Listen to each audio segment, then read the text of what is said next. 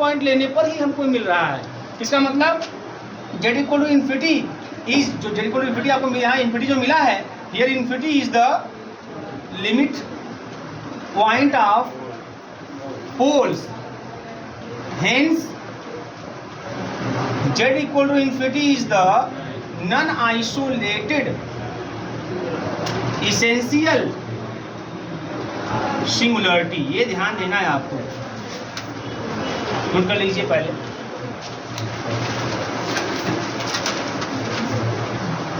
मतलब आपको जो क्वेश्चन आपके एग्जाम में आते हैं, याद रखिएगा, आप लोग जीरोज, आप लोग पोल्स निकालिएगा, और जीरोज और पोल्स निकालने के बाद है ना उसका लिमिट पॉइंट जरूर निकालिएगा, लिमिट पॉइंट जरूर। अब देखिएगा उसका लिमिट पॉइंट आ क्या रहा है। अगर उसका लिमिट पॉइंट जो है, जो चलो अगला क्वेश्चन देखो यहाँ पे। अगर सर इसमें जीरो की बात करें तो इसी क्वेश्चन में जीरो की बात करें तो हाँ कर सकते हैं, लेकिन प्रश्न ये उठता है कि किस पे बात करनी है, z इक्वल टू इन्फिनिटी पे बात करनी है, वो कब आ रहा है, ठीक है, वो चीज़ देखना है। इसे दूसरा क्वेश्चन देखो यहाँ पे, दूसरा वाला है tan या z equal to tan 1/z। इसका मतलब साइन 1/z cos 1/z। लड़ाई मत, आप कहेंगे 100 क्वेश्चन 200 क्वेश्चन लगवा देंगे, लगाते जाइएगा। अब इसकी बात करते हैं, ठीक है ना। हमको चाहिए क्या, at z equal to zero, at z equal to zero की बात करनी है। तो यहाँ पे देखो सिंगुलरिटी के लिए कास 1/z, which type of singularity बोल रहा है, विच टाइप ऑफ सिंगुलरिटी, बात समझ आ रही है। देखो यहाँ पे जीरोज की बात नहीं करोगे, या यहाँ से आप कोई बात नहीं करने जाओगे। पूछो क्यों, क्योंकि देखो यहाँ पे साइन वाला जो मैटर है ना, साइन कभी भी प्लस इन्फिनिटी या माइनस इन्फिनिटी तरह जाइबा नहीं करता। जेड की वैल्यू कुछ रख दें, साइन की जो वैल्यू होती है वो +-1 तक ही सीमित होता है। ये बात वो ध्यान समझेगा, ये लाइन है ना, जो साइन और कास होते हैं ना, इनकी वैल्यू +-1 तक ही सीमित होते हैं, ये कभी भी इन्फिनिटी की तरफ जाइबा नहीं करते हैं। तो कभी भी सिंगुलरिटी देखने के लिए यहाँ कुछ मत करिएगा। अगर दिमाग में आना चाहिए कि सर यहाँ रख दें, यहाँ इक्वल टू जीरो कर दें, यहाँ लिमिट पॉइंट आप जीरोज निकाल दें। तो लिमिट पॉइंट अगर जीरोज निकालेंगे तो लिमिट पॉइंट ऑफ जीरोज जो होगा वो हम लोग कहते हैं उसको आइसोलेटेड इसेंशियल सिंगुलरिटी, मतलब हम सिंगुलरिटी करने जा रहे हैं। लेकिन आपको बता देना चाहिए कि यहाँ से जीरोज निकाल के सिंगुलरिटी निकालने जाओगे तो वो सिंगुलरिटी कभी मिलबे नहीं करेगी। क्यों, क्योंकि साइन कभी भी इन्फिनिटी की तरफ नहीं जाता, और जब तक इन्फिनिटी की तरफ नहीं जाएगा तब तक वो सिंगुलरिटी रूप में कैसे दिखाई देगा। बात समझ आ रही है ना। इसलिए यहाँ से आप जीरोज निकाल के तुरंत नहीं की लिमिट लेना चालू कर दें। लोगों के दिमाग में आता है कि यहाँ से कांस वाला भी निकाल लें, साइनो वाला निकाल लें, और जीरोज का भी लिमिट ले लें। तो मैं करके दिखाता हूँ इसको, यहाँ पे ऐसे जैसे साइन कुछ लोग ऐसे कर दें कि सर इसको जीरो कर दें और इसको n पाई कर दें, और 1/z इक्वल टू n पाई कर दें, z इक्वल टू 1/n पाई कर दें, इसका लिमिट ले लें, limit n tends to infinity, इसका लिमिट ले लें, आपको जीरो मिल जाएगा। Here z equal to zero is the isolated essential singularity. ये मन में आएगा ऐसा बहुत बार, ठीक है। ऐसा आप नहीं करेंगे, क्यों, क्योंकि यहाँ पे z की वैल्यू कुछ भी आप रख दो, साइन कभी भी इन्फिनिटी की तरफ जाइबे नहीं करता है, साइन और कास दोनों। इसलिए यहाँ जीरोज का लिमिट पॉइंट आप नहीं निकालेंगे, इस रूप में कोई सिंगुलरिटी आपको नहीं मिलेगी, क्योंकि साइन और कास दोनों बाउंडेड हैं -1 to +1। और हमें z की ऐसी वैल्यू चाहिए होती है जिसको रखने पर वह चीज़ हमें नॉट एग्जिस्ट वाला कंडीशन देते, +∞ -∞। इसीलिए यहाँ पे जीरोज की बात नहीं करेंगे, आप पोल्स की बात करेंगे। तो ऊपर अगर साइन कास रहेगा तो आप जीरोज की बात नहीं करेंगे, है ना, आप पोल्स। अगर tan ऑन कुछ होता तभी tan का वही होना, तभी उसको साइन अपन कास में कर देते हैं हम लोग, लेकिन है ना ये चीज़ें होती हैं। इसलिए कभी भी ऐसे नहीं, कास हो जाए तो ऐसे करते हैं आप यहाँ पे, ठीक है। कास 1/z इज इक्वल टू क्या कर देंगे, 0। बोलिएगा, अब बताओ ये कास कितने की वैल्यू, 0 2n + 1 π/2 सर, π/2 ना, प्लस माइनस कर दें तो कोई फर्क नहीं पड़ता, तो चलेगा सब। अरे वहाँ यहाँ पे ना, हाँ ये यहाँ पर, ठीक है। पढ़े ना आप लोग, हाँ सर, व्यापक पद पढ़े भी होंगे आप लोग, ठीक है ना। तो ये इस तरीके का हो जाएगा, मतलब n इक्वल टू कुछ भी रखोगे बेटा, रख के देख लो ना, आपको कोई कंफ्यूजन हो। n इक्वल टू 1 रखोगे, 2 माइनस 1 1 मतलब π/2 मतलब cos π/2 0 मिल जाएगा। n इक्वल टू अगर आपने रख दिया, मान लीजिए 2 रख दिया है ना, तब भी देखिए 2 भी रख देंगे तब भी क्या मिलेगा आपको, ये देखो हमेशा जब भी मिलेगा 8 मिलेगा। आकाश n π/2 की वैल्यू हमेशा 0 होती है अगर n 8 नंबर में रहे, है ना, क्योंकि n इवन नहीं होना चाहिए, इवन होगा तो 2 × π/2 तो 2 से 2 कटेगा cos π हो जाएगा। तो ये हमेशा cos n π/2 की वैल्यू हमेशा जो है ना 0 होगी, लेकिन n हमारा 8 होना चाहिए। तो यहाँ इस वाले में n इक्वल टू कुछ रखोगे 8 नंबर मिलेगा। बात समझ में आ रही कि नहीं आ रही है, इसलिए ये इस तरीके का मिल जाएगा। तो 1/z इज इक्वल टू मिल जाएगा 2n ± 1 π/2, तो π/2 बोलो बड़ा कंफर्म ना। तो z is equal to 1/2n ± 1 π/2, clear है। अब एक z हमारा हो गया पोल, ये पोल होगा, बात समझ आ रही है, पोल होगा, ये सब पोल हैं।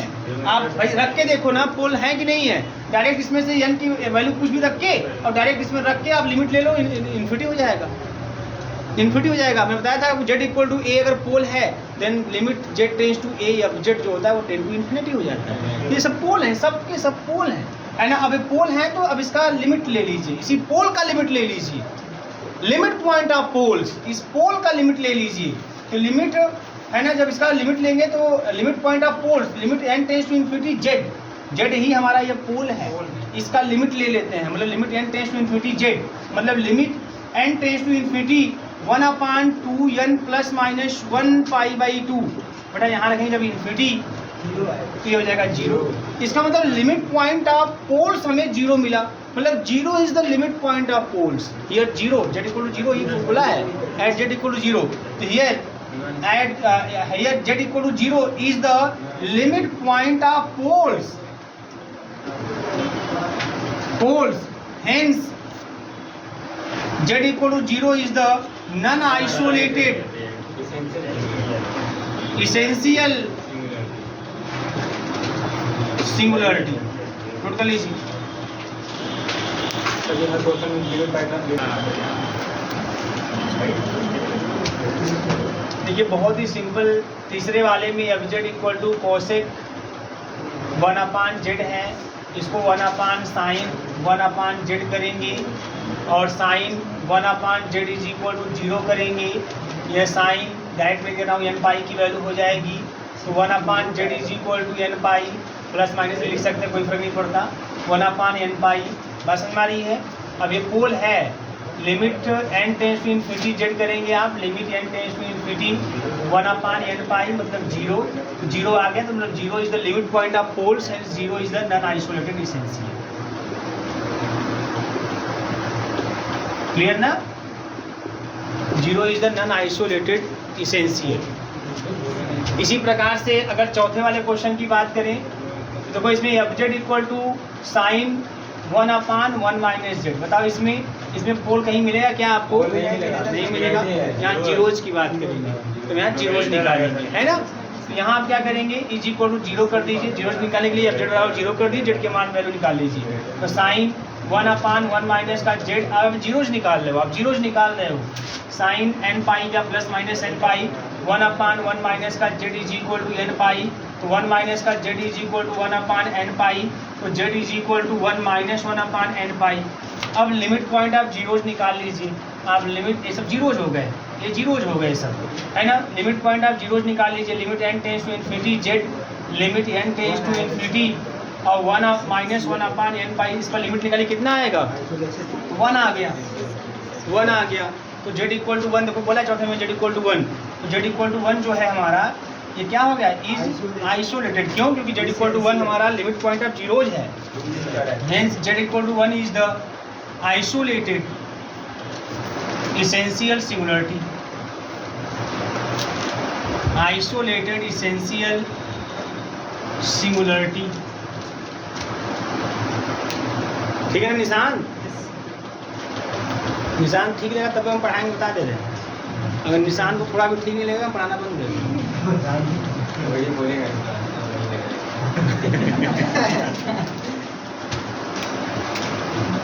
Question number 5, F Z is equal to 1/, अब क्वेश्चन नंबर 5 में फर्स्ट फ्लोर से लगा रहा हूँ, ठीक है। साइन जेड माइनस का कॉस जेड। अब यहाँ पे देखो डिनोमिनेटर को 0 करेंगे, ठीक है, मतलब साइन जेड माइनस का cos Z is equal to 0। इसका मतलब sine Z is equal to cos Z, इसका मतलब tan Z is equal to 1, है ना। अब tan कितने n की वैल्यू 1 होती है बताइए, कितने का, tan π/4 n के रूप में n पाई प्लस अल्फा मतलब प्लस π/4, यही ना भैया। तो इसको मैं ऐसे लिख दूँ, ऐसे एक्चुअल में ऐसे लिखना चाहिए हम लोगों को, मतलब जल्दबाजी में लिख रहे हैं, क्या लगता है हम लोग डायरेक्ट लिख दे रहे हैं, बट कोई बात नहीं, इसको लिखना चाहिए ऐसे tan π/4। और अब अगर tan थीटा बराबर tan alpha then theta is equal to ऐसे लिखना चाहिए, है ना, n पाई प्लस π/4 ऐसे लिखना चाहिए। यहाँ पर भी हमको ऐसे लिखना चाहिए था, ऐसे ये 0 की वैल्यू हो गई यहाँ पे, तो लिखना चाहिए था बराबर साइन 0, है ना, जो नियम होता है ऐसा होता है कि बराबर 0, इसमें लिखना चाहिए साइन 0।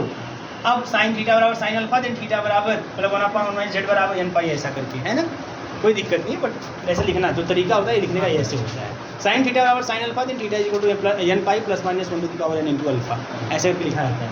तो ये इस तरीके से हो गया। अच्छा, अब यहाँ पर अब ये आपका पोल है, ये सब पोल है, ये सब क्या है, पोल है। तो अब limit n tends to infinity pole z का, तो limit n tends to infinity और n पाई प्लस π/4 देख रहे हैं यहाँ पे, बोलिए तो क्या दिख रहा है बताओ यहाँ पे, तो इनफाइनाइट आ गया, लेकिन आपको चाहिए π/4 पे, π/4 पे चाहिए, तब बताइए। मैटर नहीं फंसेगा, घबराइए। अगर ऐसे निकालेंगे तो sine Z equal to cos Z and tan Z equal to 1 tan π/4, तो Z is equal to n pi plus π/4। तो अगर यहाँ पे मैं limit n tends to infinity कर दूँ तो इन्फिनिटी हो जाएगा, तो π/4 तो आपको मिला नहीं, आपको π/4 पे ही देखना है।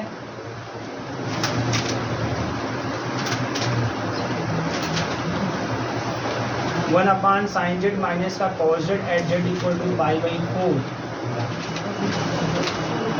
सही है ना भाई। ऐसे में तो हमारा ये इन्फिनिटी आ जाएगा, तो इन्फिनिटी आपका हो जाएगा नॉन आइसोलेटेड, लेकिन हमको जेड इक्वल टू π/4 कब मिलेगा, जेड इक्वल टू π/4 कब मिलेगा। तो देखो यहाँ पे एक चीज़ और है, ठीक कोई बात नहीं। तो देखो अगर इन्फिनिटी बोलता कोई दिक्कत नहीं, अगर इन्फिनिटी बोलता कि अगर बोलता है कि जेड इक्वल टू इन्फिनिटी, तो जेड इक्वल टू इन्फिनिटी जो होता हमारा ये नॉन आइसोलेटेड एसेंशियल हो जाता। लेकिन इसने बोला क्या, इसने बोला केवल जेड इक्वल टू 4, तो असल जेड इक्वल टू π/4, तो जेड इक्वल टू π/4 खाली इसमें मिलेगा। इसका मतलब Z equal to π/4 is the pole of simple order, is a pole of order 1। बात समझ में आ रही है ना, आपका आंसर यहीं पे खत्म। अगर इसी में जेड इक्वल टू इन्फिनिटी बोलता तब आप बोलते जेड इक्वल टू इन्फिनिटी तो नॉन आइसोलेटेड एसेंशियल सिंगुलरिटी, क्योंकि ऐसे केस में लिमिट पॉइंट ऑफ पोल आप इन्फिनिटी आ रहा है। लेकिन इसने बोला जेड इक्वल टू π/4 क्या होगा, जेड इक्वल टू π/4 तो यहीं पे मिलेगा ना आपको, जैसे n इक्वल टू 0 पुट करेंगे आपको जेड इक्वल टू π/4 मिल जाएगा। तो जेड इक्वल टू π/4 भाई यहाँ से भी देख लो, तो भाई ये क्या है, ये जेड इक्वल टू यहाँ से आपको मिल जाएगा π/4। जेड इक्वल टू π/4 किस रूप में मिल रहा है, पोल के रूप में। तो Z equal to π/4 is a pole of order 1, या Z equal to π/4 is a simple pole. इसका आंसर यही होगा, ठीक है ना, ठीक है ना निशान, घबराने की जरूरत नहीं है, आपको जो पूछा है उसकी बात, ठीक है। हमारा इन्फिनिटी आ गया तो इन्फिनिटी हो गया नॉन आइसोलेटेड एसेंशियल। लेकिन π/4 क्या होगा, जेड इक्वल टू π/4, या π/4 पूछ दे, या कोई आपसे ये भी पूछ देता है ऐसे n इक्वल टू 1 रख दे यहाँ पे, पाई प्लस π/4 5π/4। तो कोई पूछे कि जेड इक्वल टू 5π/4 क्या होगा, उसको भी बोलेंगे is the pole of simple order या सिंपल पोल या आर्डर 1 का, है ना। यहाँ पे n इक्वल टू 2 3 कुछ भी रखते जाओगे सब पोल मिलेंगे, है ना, आर्डर 1 के सब पोल मिलेंगे आर्डर 1 के। तो Z equal to π/4 is also the pole of order 1, ठीक है भैया। आगे नेक्स्ट है हमारे पास, अब देखो ऊपर वाले में देखिए, अब यहाँ पे देखिए फिफ्थ वाले में, अब देखो यहाँ देखना, फिफ्थ वाले में देखना, यहाँ F Z equal to sine Z minus का कॉस जेड है। यहाँ पोल नहीं निकालेंगे भैया, यहाँ जीरोज निकालेंगे, डिनोमिनेटर है ये नहीं है तो जीरोज निकालेंगे। तो इक्वल टू 0 कर दीजिए तो मिल जाएगा सेम की तरह tan जेड इक्वल टू 1, या tan π/4 की वैल्यू है, थीटा के व्यापक पद से theta equal Z equal to n pi और प्लस π/4। अब बताओ इसमें जेड इक्वल टू इन्फिनिटी बोला है ना, तो अब इसी का लिमिट ले लीजिए। तो limit n tends to infinity Z, limit n tends to infinity n pi plus pi by 4 क्या आ जाएगा, इन्फिनिटी आ गया। तो इन्फिनिटी कब आया, किसका, जीरोज का लिमिट लेने पर।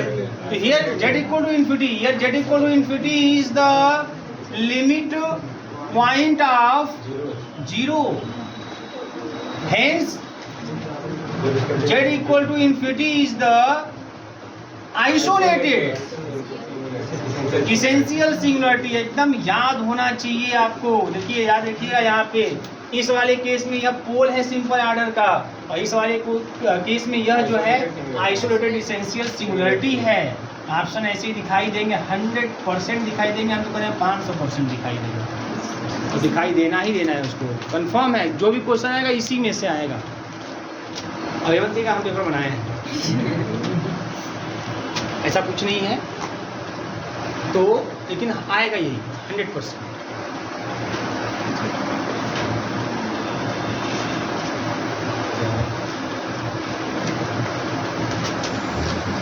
ठीक है,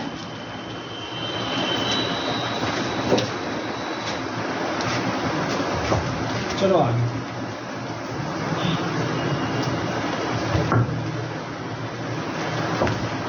अगला 7th number, F Z is equal to 1 minus E to the power Z upon 1 plus E to the power Z, है ना। 1 plus E to the power Z equal to 0, pole मिलेगा।